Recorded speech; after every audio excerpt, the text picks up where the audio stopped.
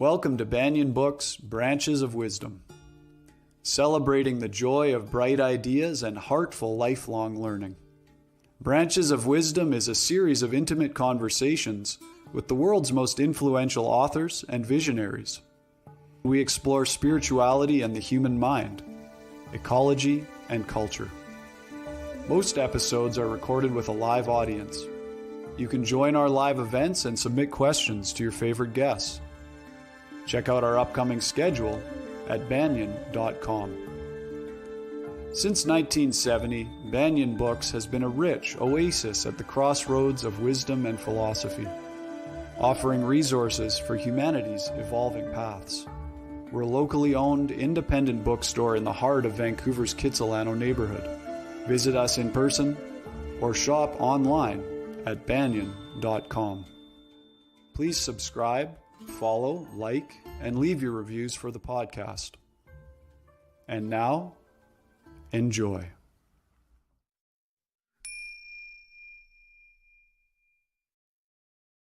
Hello and welcome. My name is Jacob Steele, the events manager for Banyan Books. This evening, we are delighted to host Cynthia Jurs on her new book, Summoned by the Earth, Becoming a Holy Vessel for Healing Our World.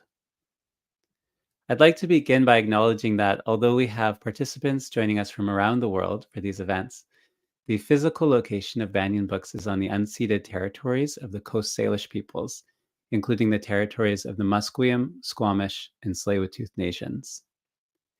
If you enjoy today's event, we invite you to donate to Banyan Books to help support these programs to be free and accessible for all. There's a PayPal donation link in the video description below. I wanted to mention that Cynthia Jurs welcomes your questions. Please type your questions into the chat box at any point during the event. And now for introductions. Cynthia Jurs became a Dharma teacher, a Dharmacharya, in the Order of Interbeing of Zen Master Thich Nhat Hanh in 1994, and in 2018 was made an honorary Lama in the Vajrayana tradition of Tibetan Buddhism in recognition of her dedication in carrying out the Earth Treasure vase practice. Inspired by 30 years of pilgrimage into diverse communities and ecosystems, today Cynthia is forging a new path of Dharma in service of Gaia, a path deeply rooted in the feminine, honoring indigenous cultures and devoted to collective awakening. Cynthia leads meditation retreats, courses, and pilgrimage to support the emergence of a global community of engaged and embodied sacred activism. And you can find her at GaiaMandala.net. Here's the link right there, GaiaMandala.net. Today, she will be speaking on her book, Summoned by the Earth, Becoming a Holy Vessel for Healing Our World. And it has forewords from Robert Thurman and Lama Allione. It's a great honor to have her here with us today. Please welcome Cynthia Jurs. Thank you very, very much, Jacob. It's so wonderful to be here and also to see that little video about Banyan Books. I've never been to Banyan Books in person, and I'm really moved and delighted to be part of the story here. So thank you. Thank you. Yeah. So yeah, I think we had talked about the possibility of showing a little video that was made about the book Summoned by the Earth. Just a brief 3-minute video if you're up for that and everybody's up for that. Just giving some visuals and some background before I start to go into reading a little bit about the book, if that sounds good to you. Great, I'll play it. Vietnamese Zen master Thich Nhat Hanh was once asked, "What do we most need to do to save our world?" He replied, "That we need to hear within us the sounds of the earth crying."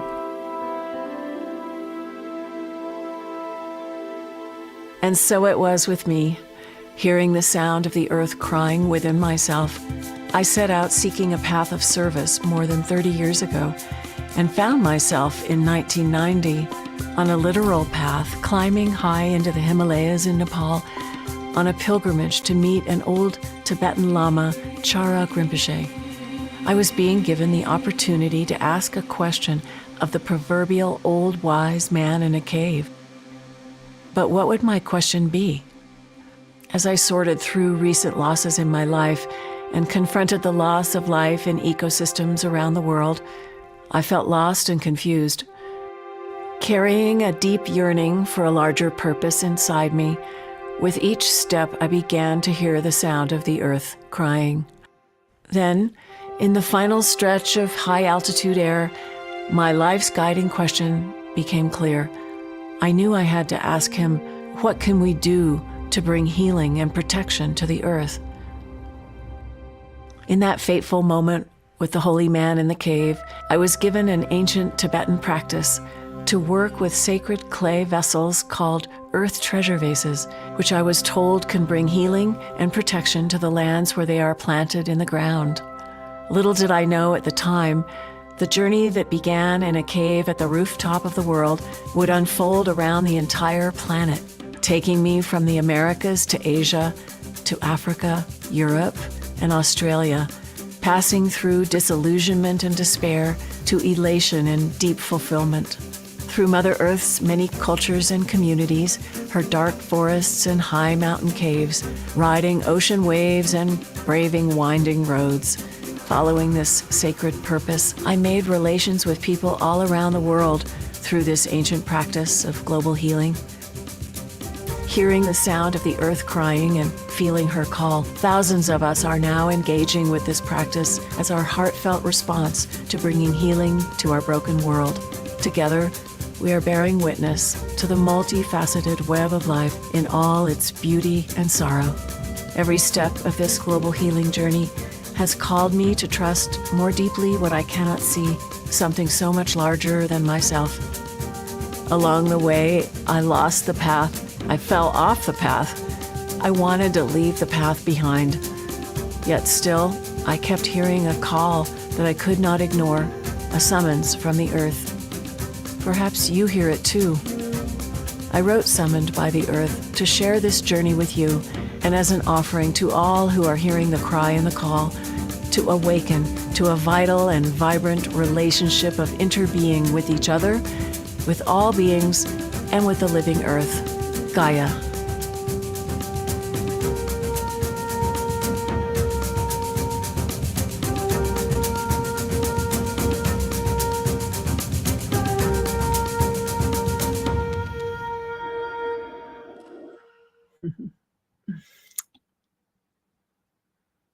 Yeah, so that's a little taste of what has propelled me to write this book. You're probably wondering, what in the world are these earth treasure vases?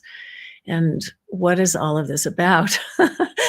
And so I'll try to bring you in to my experience and where the path has led me all these years. This all started back in 1990. I mean, it started before that for me with the Dharma, as Jacob said, meeting Thich Nhat Hanh, and then coming into my interest in Tibetan Buddhism.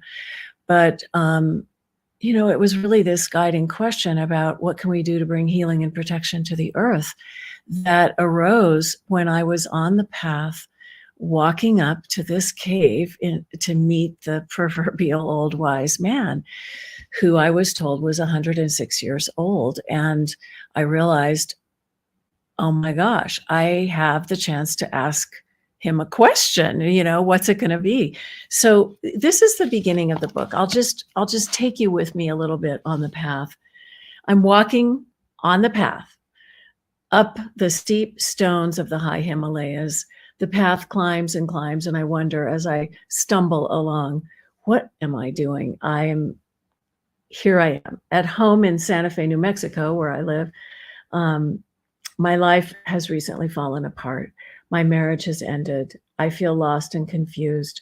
And here on this path, halfway around the world, I'm trying to find the way.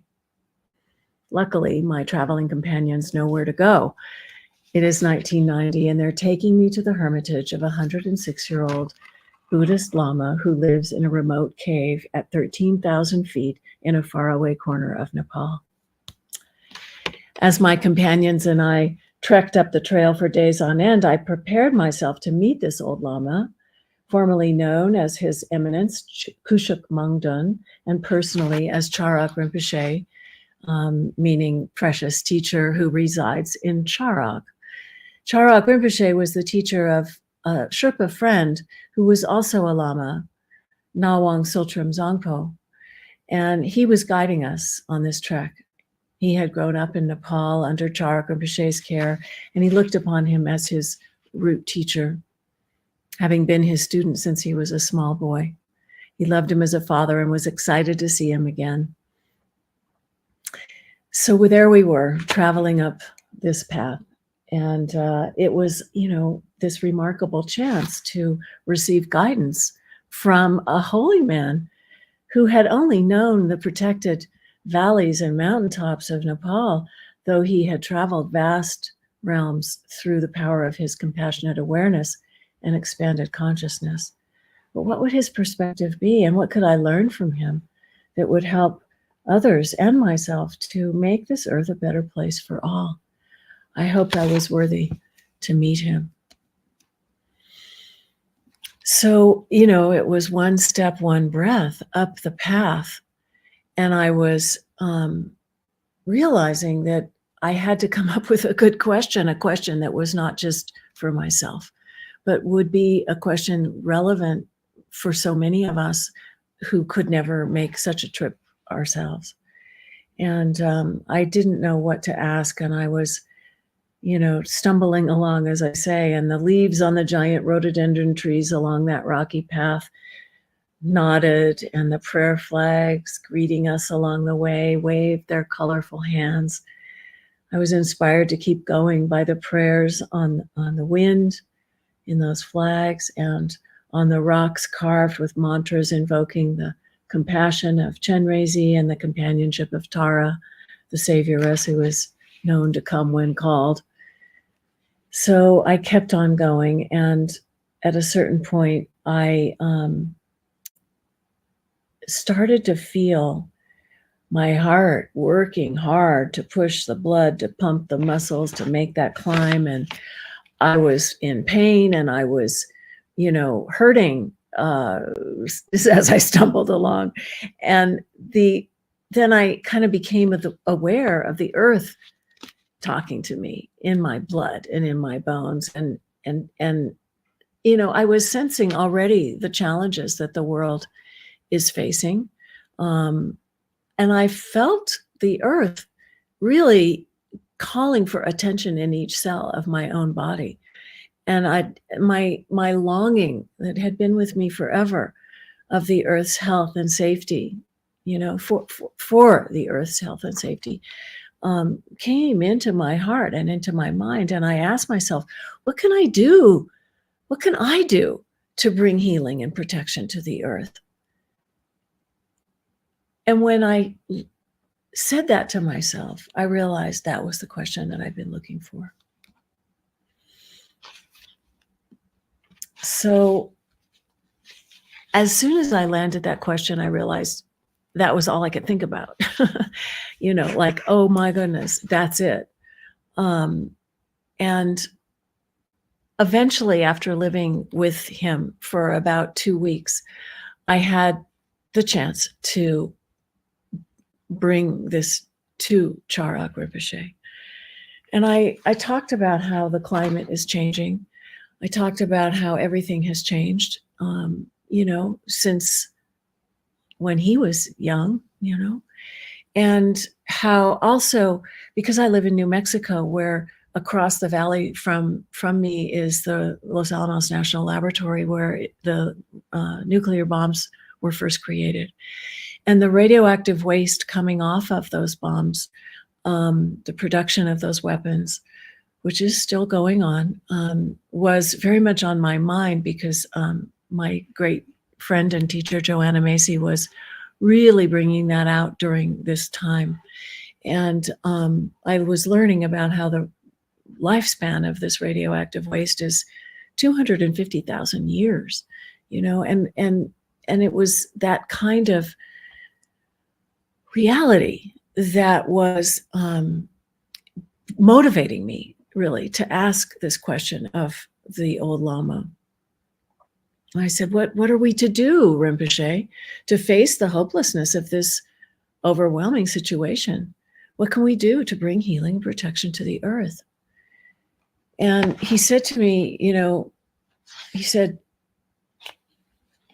even just one person will bring benefit to the whole area around where they live. But then he looked at me and he pointed his finger and he said, you need to bring these earth treasure vases all around the world. You need to take them and plant them in places that need this healing and protection, and they will do that work.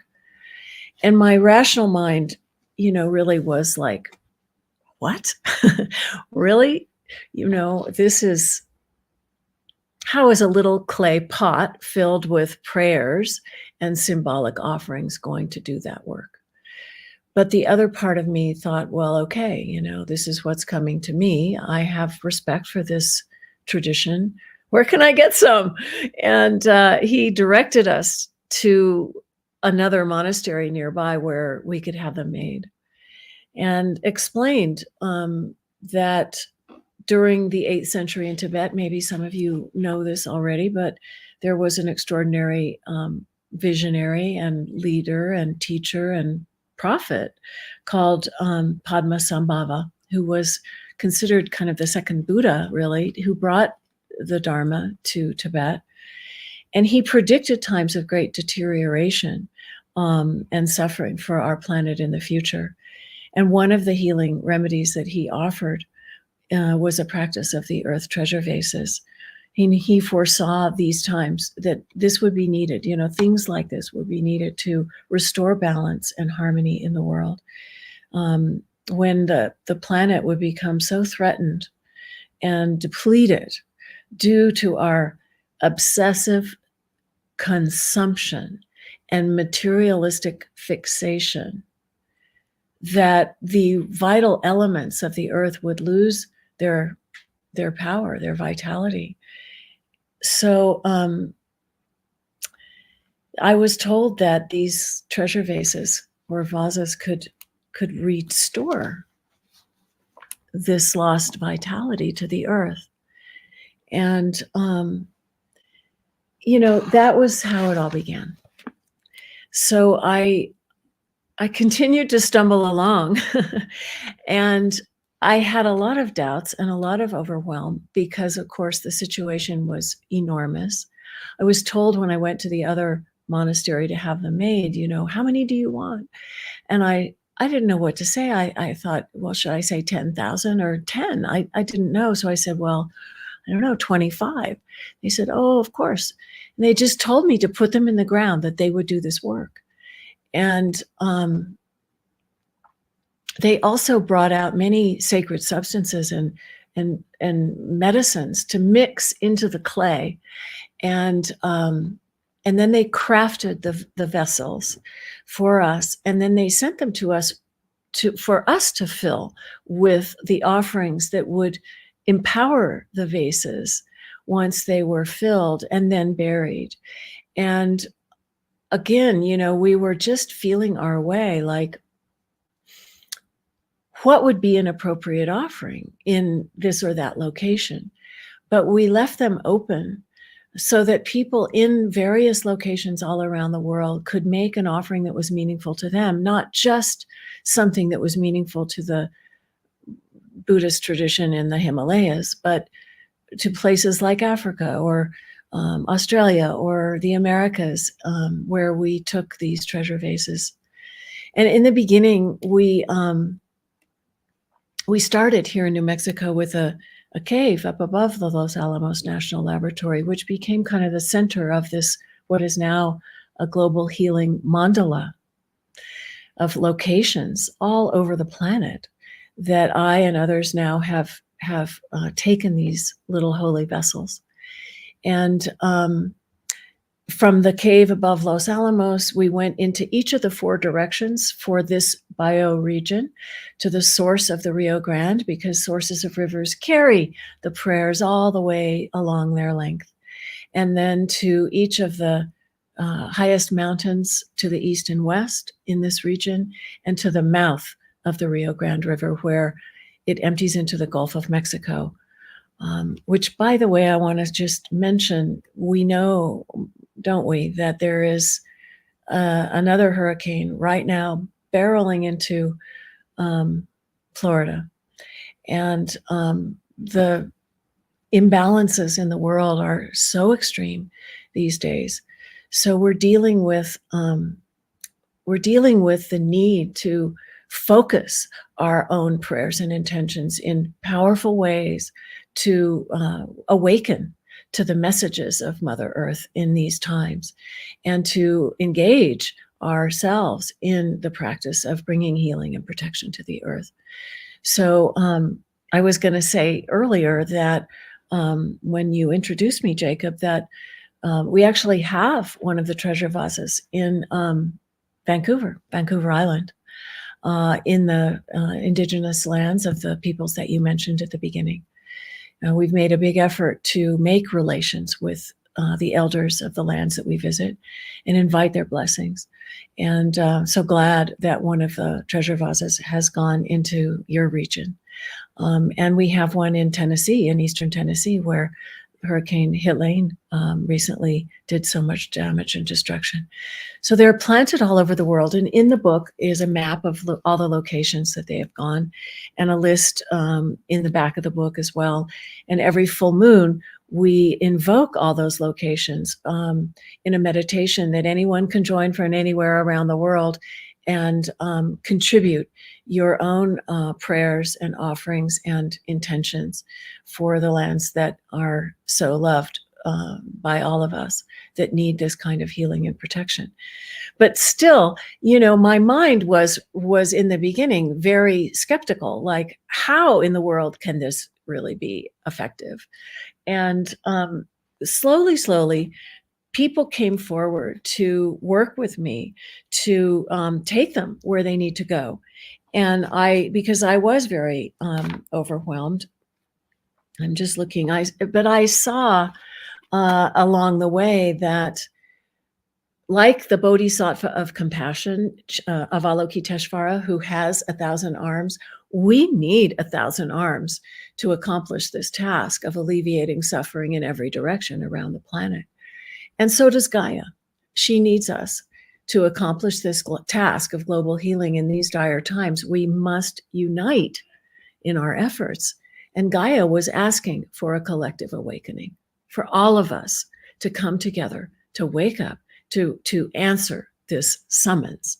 And so I was with Thich Nhat Hanh in 1993, one very memorable day in his community, Plum Village, when he told us in no uncertain terms that it is possible that the next Buddha will not take the form of an individual, but the next Buddha may take the form of a Sangha, which is a community practicing understanding and love, practicing mindful living.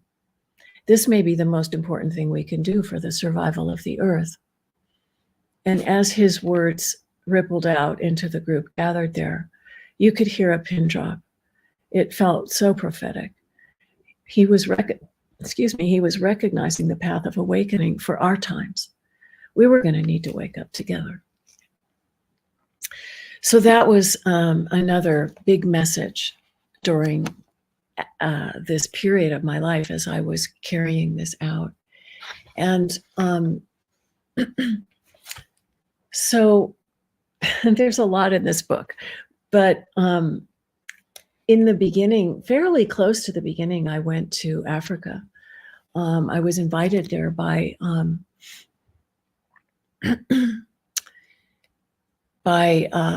a group called the Everyday Gandhis, who were doing peace building work in Liberia post-Civil War.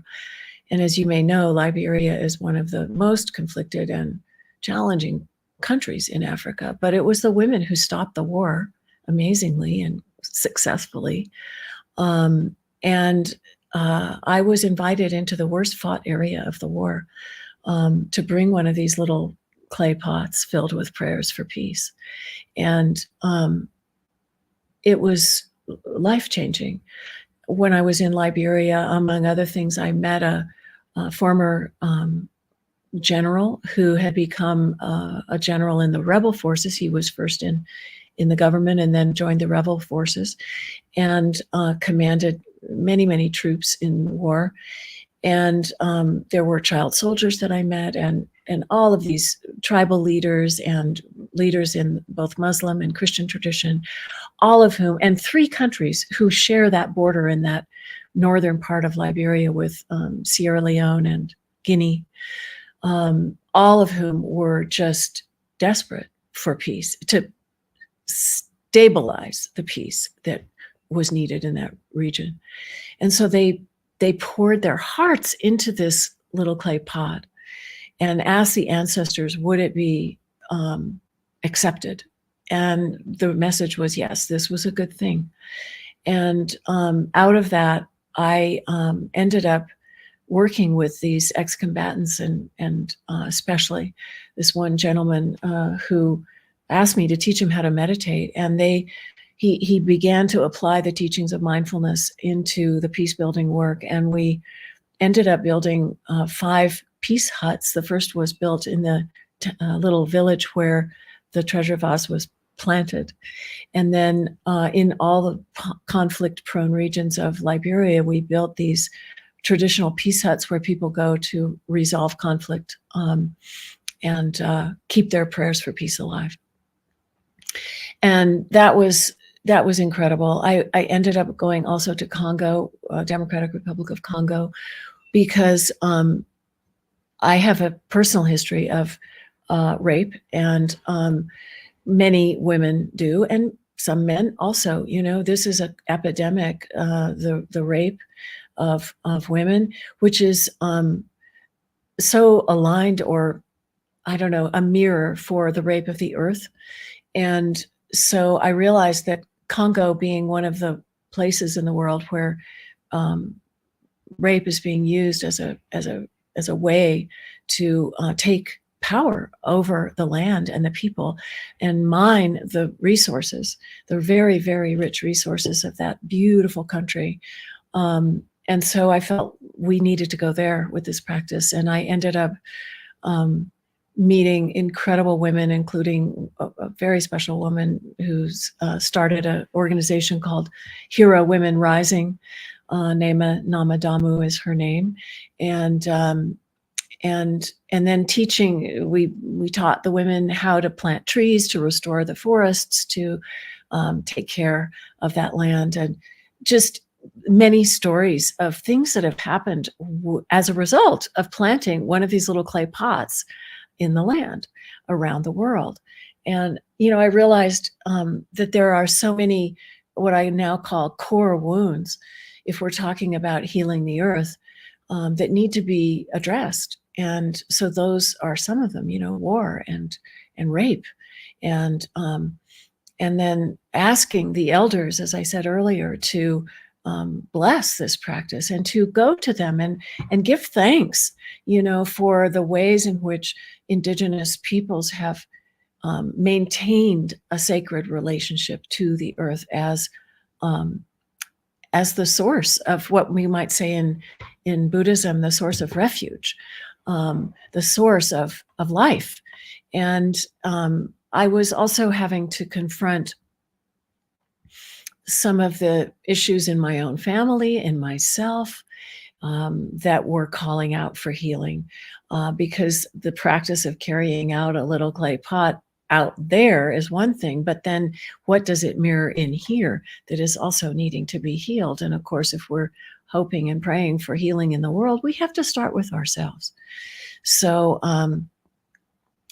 that was all being very much activated through this practice. And in my own spiritual path, I was also having to come to terms with some of the abuses in the traditions that I love and the teachers that I loved, because of course the patriarchal system of power in the world, not just in the spiritual traditions, but in the political systems and in so many traditions everywhere we turn. This dynamic of power and oppression and abuse has got to change. It's an aspect of the way that we've lived our lives for way too long that is in need of enormous transformation and healing. And many, many of us, I hope many of you are facing the need for this in our own, each in our own way. So these are some of the threads that I weave together in the book. But I want to read a little bit more now. So there's a chapter called "Do Not Close Your Eyes Before Suffering," and this comes from one of the mindfulness trainings or precepts that Thich Nhat Hanh developed through his order of interbeing, which invites us to look deeply at the suffering of the world and not close our eyes, but to engage, with turning our prayers into action. And I love that about Thich Nhat Hanh because he talks so much about engaged Buddhism. So it's one thing to meditate. It's important to find that inner peace, but it is another thing to listen deeply for how we're called and to engage that practice for the benefit of others. So here's what I wrote, a little bit of what I wrote in that chapter. Every time I hold an earth treasure vase in my two hands, I wonder how I can hold both the suffering and the beauty of this life on earth. Is it possible to find peace within this profoundly inspiring and awfully disappointing world? Looking deeply, I realize my ability to hold the suffering in my heart and not turn away is strengthened every time I bathe in the beauty around me and let it in. The fragrance of the rose and the pink sky at sunrise fills me with overwhelming love for this world. And yet the awareness of thousands of people dying in the pandemic or the current wars who will never see another sunrise or be able to appreciate the beauty of the rose is heartbreaking. The great poet Jalaluddin Rumi wrote, "Let the beauty we love be what we do. There are hundreds of ways to kneel and kiss the ground." Letting in the beauty and getting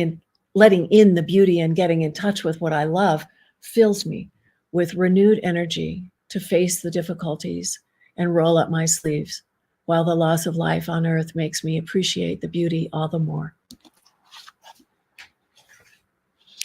Bearing witness to the suffering in the world opens my heart and connects me with the places calling for an earth treasure vase, whether it is war and rape, toxic pollution and epic storms, disease, exploitation, or oppression and injustice. Every region of the world is suffering in some way and in need of healing. The places we care about and what we love, the ecosystems, animals, bioregions, cultures, and communities, this is where, as vessels of healing, we need to pour our love. As I face the realities we live with, my heart breaks again and again. I am raw in the brokenness. I weep for my sisters in the Congo who bear unspeakable sexual abuse, for the coral reefs bleaching beyond recognition, for the polar bears standing on melting ice, for the tar sands sickening spread, visible from outer space, and for the endless wars. Do not close your eyes before suffering. In the mountains of Colombia, the elder brothers in the heart of the world see that life is out of balance and call out to us youngers to listen to their message. The same message is coming from the Arctic, where the Gwich'in, the caribou people who make their home in the sacred place where life begins, live next door to the Trans-Alaska Pipeline. Here, oil is pumped from the Arctic Ocean, of all places, while the glaciers melt before their very eyes. Meanwhile, the oceans are rising, the tsunamis increasing, the hurricanes gathering momentum, feeding upon the warm seas and moving ashore to destroy cities flattening low-income neighborhoods and communities. The winds of change are howling outside my door. I hear the voices of denial and the sound of pretending that these things don't affect us. This is the shadow we live with on every corner and continent, a centuries-old disassociation from the earth. Ah, yes. But we are waking up, right? We see this now. It's impossible not to see, especially with the things that are going on now. So we do not close our eyes, and we open them, and we give thanks for this incredible opportunity. We're alive to do what we can and to engage with the transformation and awakening that's called for.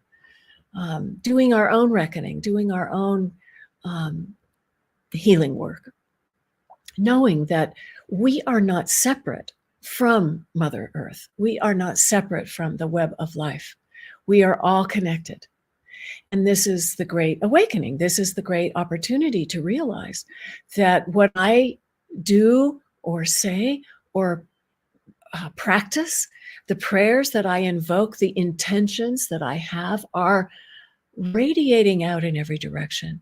And this is what is filling those little clay pots, being planted like a seed in the earth, and then watered over time with what arises, when we generate our prayers, when we generate our intentions, when we stop long enough to get in touch with what we love and care about most, and then dedicate our lives to that.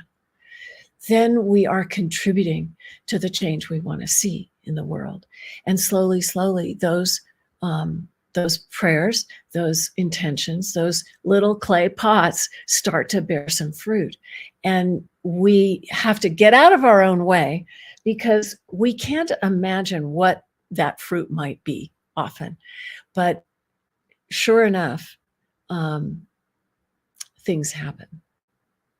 And what we want to, the capacity we want to cultivate is that of not reproducing the same old problems, but really landing ourselves in a new place. So I'm going to just take a few more minutes to read a few more sections here. And again, if you haven't been putting questions into the chat, as Jacob suggested, please do so, because I'd love to have a little bit of a dialogue before we close. So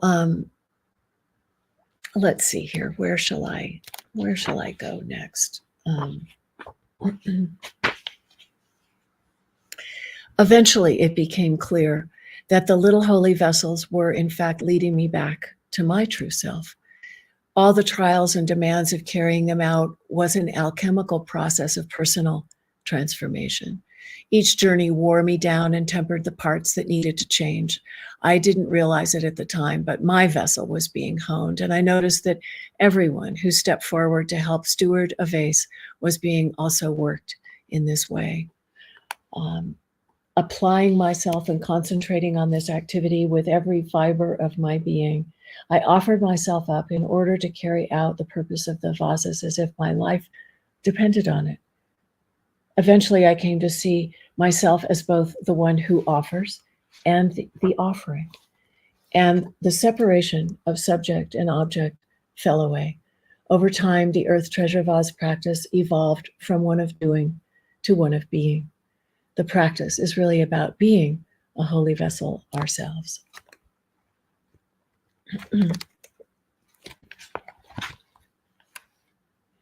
The Earth Treasure Vase practice offers us a way to collectively bear witness to the truth of suffering and our commitment to heal it.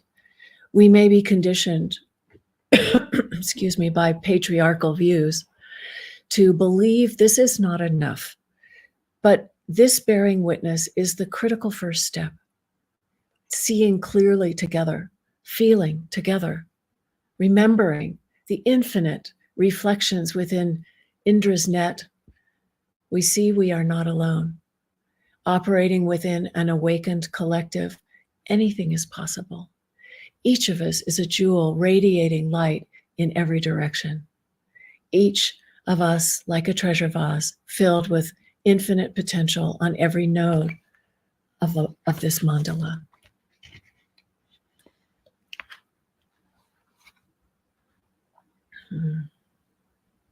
Living and practicing the way of awareness teaches us to work different muscles than the ones we're conditioned to believe are going to get us where we need to go. It's easy to fall back into our collective agreement that the world is a terrible mess and there's nothing we can do about it. The dominant culture tells us this every day. But our awareness, especially when cultivated collectively, gives us another view. The mycelial network shows us how we can work to restore balance to the web of life too. To be planetary healers, we must choose to focus our attention with all our hearts on the path of restoration and to imagine that the healing is accomplished and the vitality of Earth is completely restored. Practicing awareness through meditation, we're nourishing and strengthening that which helps.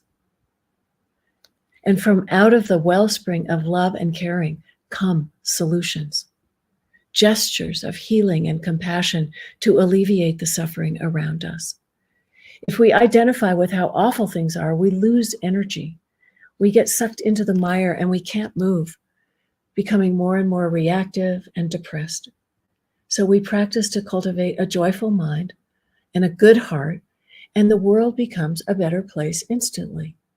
With every breath, we can cut through the old ways that hook us into the dying system and gives power to the few. Looking into the vast web of interbeing and recognizing each other, reflecting back the beauty and goodness that is our true nature. Like the sparkling jewels of Indra's net, we see we are not separate and we can trust that we're arriving at a collective awakening.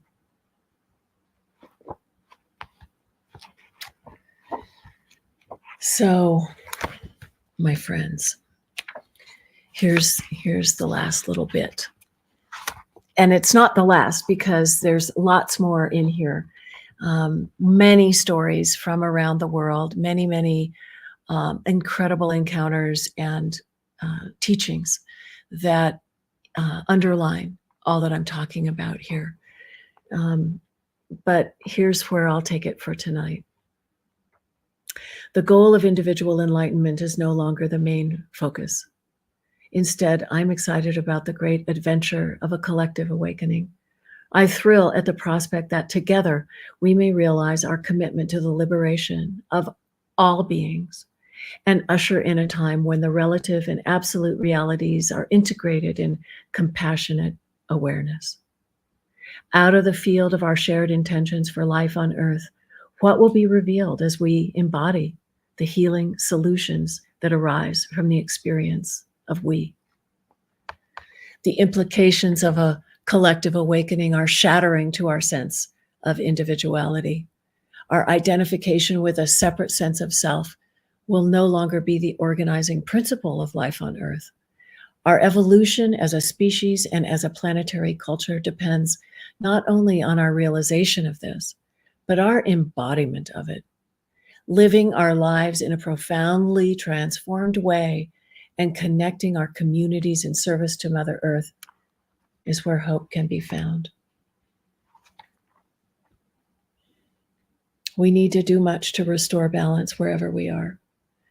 It will take lifetimes, generations to accomplish. But what else is there to do? This is the work of our times, and we must dedicate ourselves to it region by region.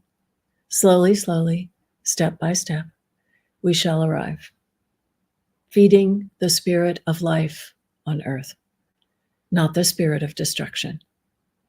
As the old story crumbles around us, we each have the opportunity to turn and face the light of a new day, with eyes open, standing up tall. We will do whatever we can to protect beauty and heal suffering. May it be so. May it be so. So I'd love, love, love to hear from some of you. And I think, Jacob, maybe you're there with some questions from the chat, and would love to have your help in doing that.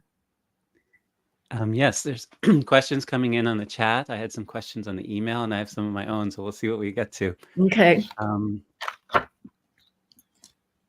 Well, okay, let me do one that somebody had sent me. This was from Chloe. As you look to the future, what particular movements or shifts in environmental or spiritual consciousness do you hope your work will help foster? Wow, that's a great question. What do I hope this will foster in the future? Well, I really hope that each of us forms a relationship with the earth that is a relationship of love and caring, because this is the body of Mother Earth, is the body of all of life on Earth. And for us to love and care about this collective body that is the source of life is what will regenerate the imbalance in the world. To restore this lost balance, we need to honor her,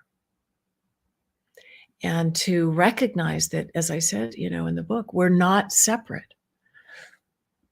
So, and then, if we're able to stop for a minute and stop the, busyness, the constant reactivity that is how we normally live our lives, and take a breath. First of all, the breath is what connects us to the life force energy of Mother Earth, and to each other, and to the trees, and to the oceans, and to all life. We come back to our true self, as Thich Nhat Hanh might say. And from that place of taking another breath and just stopping for a minute, we start to see more clearly what we love and care about, and that's what is ours to do. That is what our motivation is. So instead of sacrificing our lives for something that is not going anywhere, only taking us down a path of destruction, let's reorient in this way. So maybe that's a little bit of an answer. That's beautiful. Ingrid wrote, Cynthia, your experiences are absolutely amazing. I wonder if you could model for us how to pronounce the Gaia mantra. Thank you so much. Ooh, how did you know, Ingrid? Well, it is in the book. I talk about how my Dharma practice was very connected to Tara, if you are familiar with the Tibetan deity practices that are out there. And for a long time, I was working with Tara, who was a very good energy to work with, because she's supposed to come when called, and I called on her a lot. I really needed a lot of help. But at a certain point, I realized I really wanted to form a personal connection with Gaia, as a deity, because I feel that's who she is. She is a sacred being. And because this Dharma world was my training, she came to me. It was like Tara began to evolve into Gaia. And I received a mantra that was a mantra of Gaia that I now teach as a practice for anyone who's interested. But the mantra is a beautiful mantra that you can recite and also sing. And when I teach it, we sing it together, and it's a beautiful song. So the mantra is Om Gaia Mandala Siddhi Pala Brum Ah. Om Gaya Mandala, Siddhi Pala Brum Ah. Om Gaya Mandala, Siddhi Pala Brum Ah.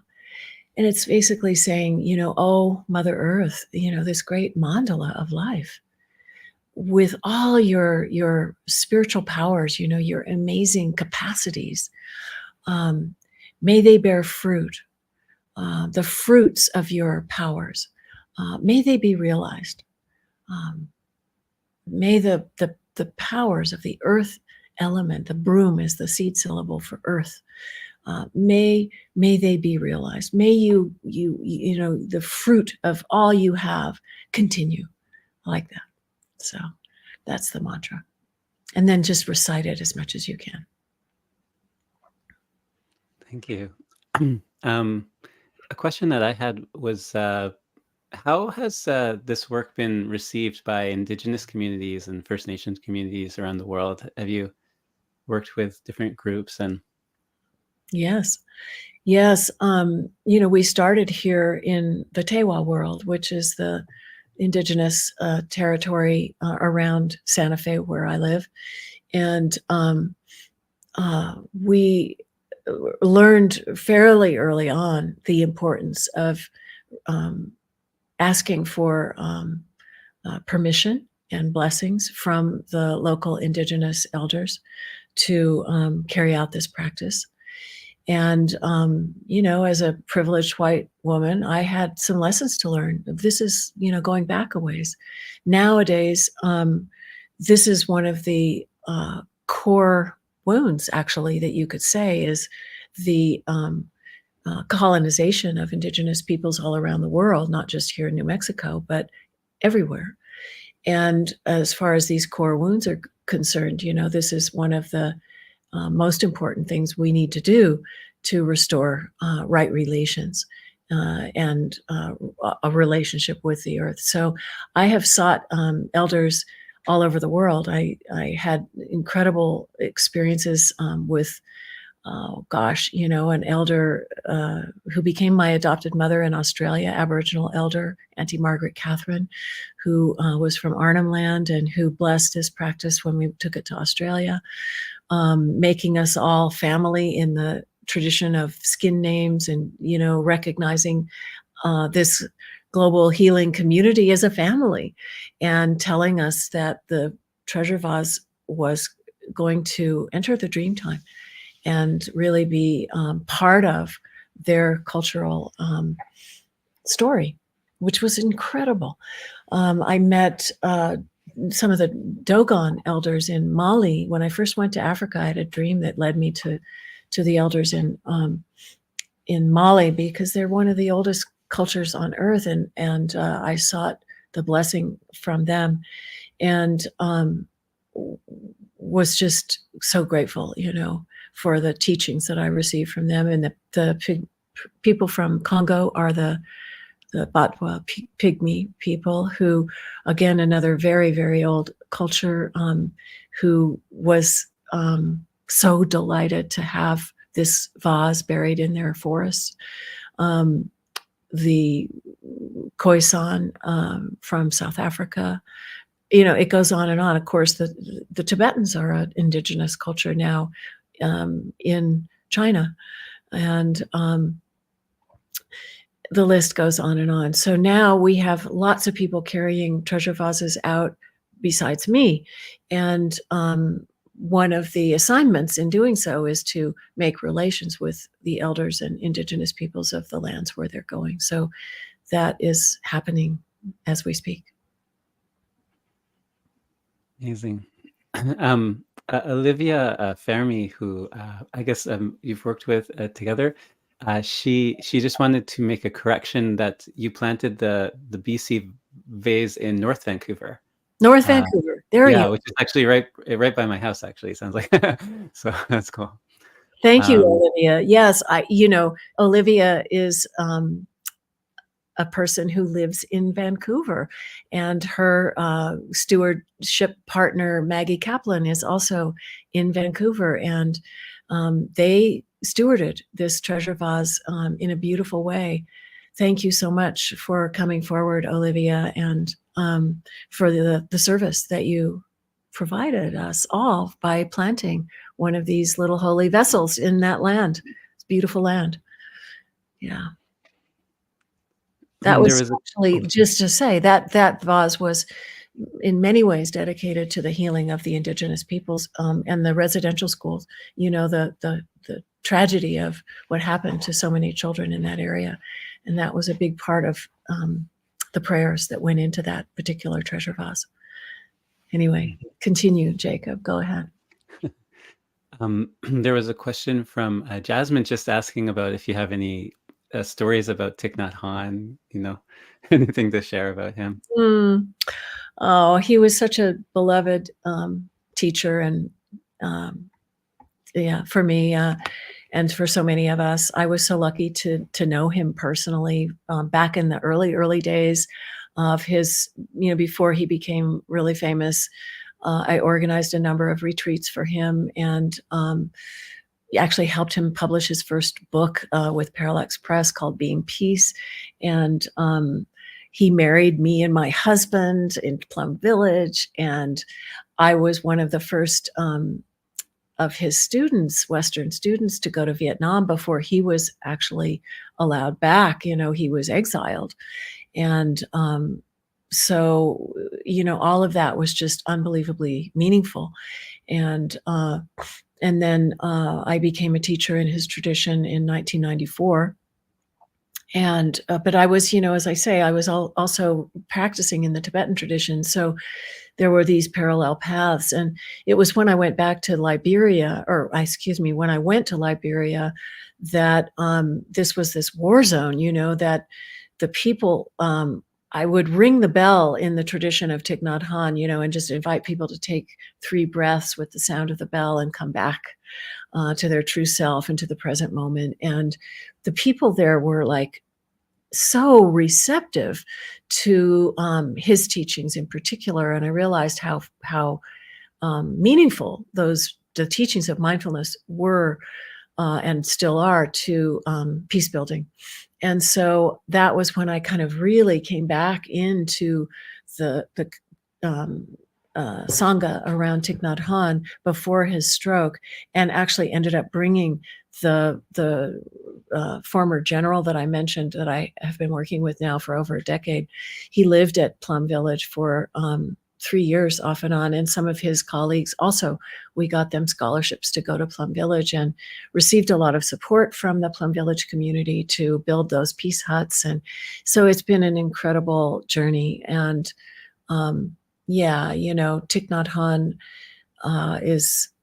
was one of the great living Buddhas of our time, you know, and his teachings so profoundly relevant to so many of us. So I feel just incredibly fortunate to have known him. Yeah. Maybe time for 2 quick questions, because we're right at the time. Anne was wondering where you get the many vases from. Is it vases or vases? I guess you could say either. But, either way. beyond the original 25. Okay, well, so I actually ended up receiving 30 to begin with. And so that I call the first generation. And when I went to Australia the first time, that was to plant the last of the first generation. And I brought with me, because I had just received right before I went to Australia, which I've been back many times because we made such a strong connection there. But I brought 4 of the second generation, which were made at the same time in Nepal, about half the size of the original ones, but filled with the same, or made from the same clay that had these sacred substances mixed into the clay and then given to us originally. But these other ones had been in storage, and they came to me, another 40 of them. So I had 70. And then we were kind of narrowing the end of those. And this woman named Marian Naranjo, who's a Tewa elder from New Mexico, from the Santa Clara Pueblo, taught us how to craft a third generation of treasure vases in the style of pottery from this land. She herself is a potter, and she's also a activist. She did a lot of work around the radioactive waste coming off of nuclear weapons at Los Alamos. So Marian is now working with the young, especially the young women, but young people, and to bring back many of the traditions of her people that were lost when the lab was built, and things happened there that we wish hadn't happened. But she feels like these prayers are having an effect, and so she taught us how to craft a third generation. About 30 of those were made at a place called Ghost Ranch in northern New Mexico, and we each made our own. And those are still, many of them still going out in process, and we have a few left in the second generation that are also still in process. And we're considering making a few more. I have a feeling like we might make, I don't know, 12 or 15 more to get to that magic Buddhist number of 108. And then I think we'll have to, fold our hand and keep this mandala alive. One of the things that I've been doing recently is to reactivate some of the early locations. I was just in New York, and there we had taken a treasure vase after 9/11. And that was 23 years ago, and so we wanted to reactivate it because New York, of course, is a very important node on the mandala. But each of you listening, each of us is a vessel, and each of us has our own node, that we love and we care about, and we feed with that spirit of life, to maintain that balance and harmony. So we do a meditation every full moon, where the global community, now thousands strong, amazingly, come together to keep this mandala alive. And we invoke all the locations. And it's just incredible and so powerful and so uplifting, really, to invoke these locations and to direct our prayers and fill the treasure vases that are still in process with our prayers and offerings. So I invite you to come and join in that practice. Thank you. And you actually, I think, answered my last question. So I just wanted to thank you so much for sharing your wisdom with us today and your experiences. You're so welcome. It's wonderful to be with you. And I'm just sorry I can't see all the people who are with us online. I thank you so much for coming and look forward to hopefully hearing from you. Please be in touch. GaiaMandala.net is the way to do that. And get the book. Yes. Yeah. And Summoned by the Earth. Yes, there it is. There it is. It's also an audiobook too, for those of you who like audiobooks. But I know Banyan Books is a wonderful place to support. So thank you so much for doing that. And there's things in the book that aren't available in the audiobook as well. Excellent. So, and maybe we'll see you up in Vancouver sometime soon. That would be great. Thank you so much, Jacob. It's been wonderful to be here tonight. Yeah. Many blessings. Good night, everyone. Blessings.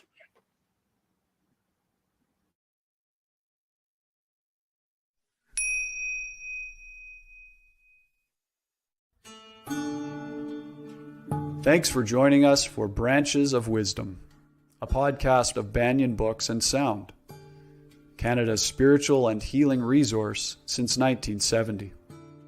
Our podcast producer is Jacob Steele. Watch all our conversations on YouTube by searching for Banyan Books, or listen on your favorite podcast platform.